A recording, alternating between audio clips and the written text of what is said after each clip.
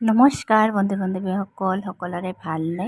আশা কৰোঁ সকলোৰে ভাল আৰু মোৰো ভাল। মোৰ ইউটিউব চেনেললৈ আপোনালোকক বহুত স্বাগতম জনাইছোঁ আৰু ৰাতিপুৱাৰ পৰাই ভিডিঅ'টো ষ্টাৰ্ট কৰিলোঁ। আজি আজি চুদ্ধি আপোনালোকৰ পিনে কেনেকুৱা নিয়ম কৰে ক'বচোন, জনাব। আৰু আমাৰ পিনে যেনেকুৱা নিয়মবিলাক কৰে, আজি যিহেতু চুদ্ধি সেইকাৰণে আজি আম কঁঠাল দি পূজা দিব লাগে। আৰু এইকেইদিন 3 দিনতো পূজা কৰা হোৱা নাছিল আৰু আজি বহুত কাপোৰ কানি ধুই ঘৰ চাফ চিকুণ কৰি তাৰপিছতহে পূজা দিলোঁ। আৰু আপোনালোকে ভিডিঅ'টো শেষলৈ চাই থাকিব। আৰু ইপিনে মোৰ মানুহজনে বহুত কাম কৰে আৰু বহুত মোক হেল্প কৰি দিয়ে। আৰু দুইজনৰ মাজত এনেদৰে হেল্প কৰিলেহে আমাৰ সংসাৰখন ধুনীয়া ভাল হয়, নহয়নে বাৰু? আৰু এয়া দেখিছে, এইকেইদিন যিহেতু আমতিৰ যেতিয়া চোৱা লাগি থাকে তেতিয়া আমি এই গছ নালাৰো, সেইকাৰণে বহুত ধূলি হৈ আছে। ভাবিছোঁ এইবিলাকো অকণমান যত্ন ল'ম। আৰু ইপিনে মই মাইনাৰ কাৰণে ৰাতিপুৱা তাইৰ আজি পৰীক্ষা আছে, ৰাতিপুৱাই আজি তাইৰ পৰীক্ষা শেষ পাব। আৰু এয়া তাইক মই খাবৰ কাৰণে ৰেডি কৰি দিলোঁ আৰু ৰঙা চাহ দিছোঁ। গাখীৰ নাছিল সেইকাৰণে ৰঙা চাহ দিওঁ কেতিয়াবা গাখীৰ নাথাকিলে। আৰু এয়া তাই অকণমান টিভিও চাই আছে। মই চব খাই তুমি টিভিয়ে চাই থাকা। তাৰপিছত এতিয়া তাইৰ স্কুলত তাইক দি পঠালোঁ, কাৰণ স্কুলখন আমাৰ ওচৰতে, বেছি দূৰ নহয়। তাৰপিছত ইপিনে যিমান কাপোৰ এইবিলাক চব মই চাৰ্ফত দি ভিজাই থৈ দিম। আৰু এইবিলাক কাৰণ আমি দুইজনে মিলি কামবিলাক কৰি আছোঁ, মই আৰু মোৰ মানুহজনে এইফালে ঘৰবিলাক অকণমান ঝাকৰি আছে, চাফা কৰি আছে।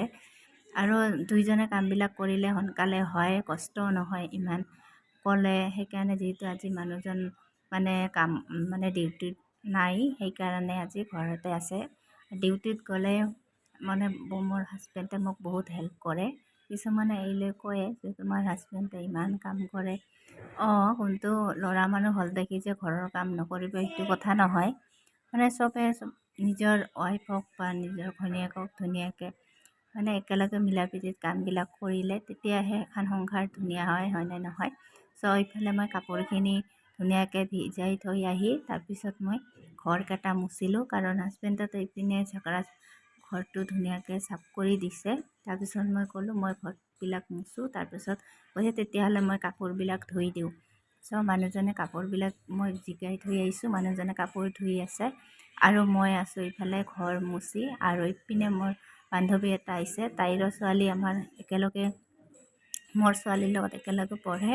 তো স্কুলত তাইও থ'ব আহিছে। এতিয়া বাজিল 9টা আৰু তাইও সোনকালে আহিছে তাইৰ কাম কৰি। আৰু এতিয়া মই গা পা ধুই ৰেডি। আৰু মই তাই পাৰ্লাৰো কৰে আৰু মই অকণমান আগতে ভুৰু প্লাক কৰি লৈছোঁ। আৰু এতিয়া মই গা পা ধুই আহি এতিয়া মই লাগি যাম মোৰ মন্দিৰৰ কামত। আৰু আজি যিহেতু ছুটি, যি ভগৱানৰ কাপোৰ চব এইবিলাক ধুই দিলোঁ। ধুই এইখিনি কৰাতে মোৰ বহুত টাইম লাগি গৈছে। ঘৰ চাফা কৰাতে যিখিনি যিহেতু ভগৱানৰ বহুত সৰু সৰু কাপোৰ থাকে, চাফ চিকুণ কৰি পূজা কৰোঁতে এটা কৰোঁতে বহুত ওলায়। তেতিয়া বহুত চাফ চিকুণ কৰি ধুনীয়াকৈ পূজা দিলে ইমান যে মনটো শান্তি লাগে, আপোনালোকক কি ক'ম। আৰু ধুনীয়াকৈ সজাই পৰাই আৰু কাপোৰবিলাক ধুই শুকাৰ পিছত মই ধুনীয়াকৈ পাৰি তাৰপিছত ধুনীয়াকৈ পূজা পানী দিলোঁ। যিহেতু আজি আমতি চুদ্ধি, আম কঁঠাল যি ফল আহে ফলেদি পূজা দিব লাগে। ধুনীয়াকৈ পূজা দিলোঁ। আজি যিহেতু মা কামাখ্যা মন্দিৰতো পূজা হ'ব। তাৰপিছত মই পূজা দি আহি মই ৰন্ধা বঢ়া কৰি তাৰপিছত ভাত খাই আজৰি হৈ তাৰপিছত যি কাপোৰ ধোৱা হৈছিল সেইবিলাক চব আনি শুকোৱাৰ পিছত মোৰ মানুহজনে চিজিল কৰি আছে, দুইজনে কৰি আছোঁ। আৰু ধুনীয়াকৈ আলনাত জাপি আছে, যিবিলাক কাপোৰ নালাগে কিছুমান কাপোৰ সেইবিলাক চব বেলেগত থৈ দিম। আৰু আলনাখনত বেছিকৈ কাপোৰ হ'লে বহুত হেৰি হয়, তেলেকা পঁইতাচোৰা এইবিলাক বহুত ভাল হয়। যিখিনি লাগে সেইখিনি আলনাখনতো চবৰে থাকে।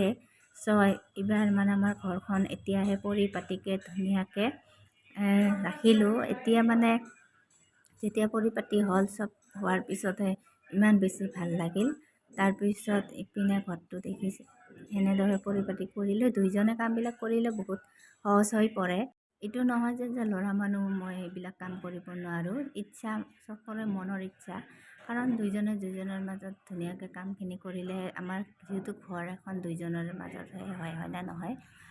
বেলেগে কিছুমানে কয় বহুতে কিবা কিবি তোমাৰ হাজবেণ্ডে বহুত কাম কৰে হেনতেন, কৰে, কিন্তু মই কেতিয়াবা কওঁ যে তোমাক বহুতে কওঁ বেলেগৰ কথাত কাণ দি তো লাভ নাই, দুইজনৰ কাম কৰিবই লাগিব।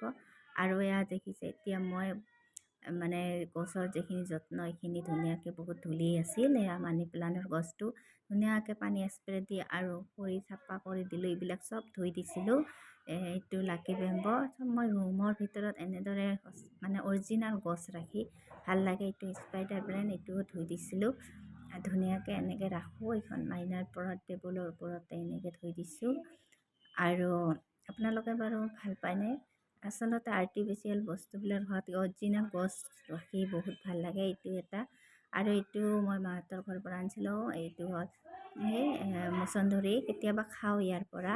আৰু মানি প্লাণ্ট মই বহুতকেইটা কৰিছোঁ, ইয়াতো থৈ দিছোঁ, ইয়াতে মাটিত এনেদৰে।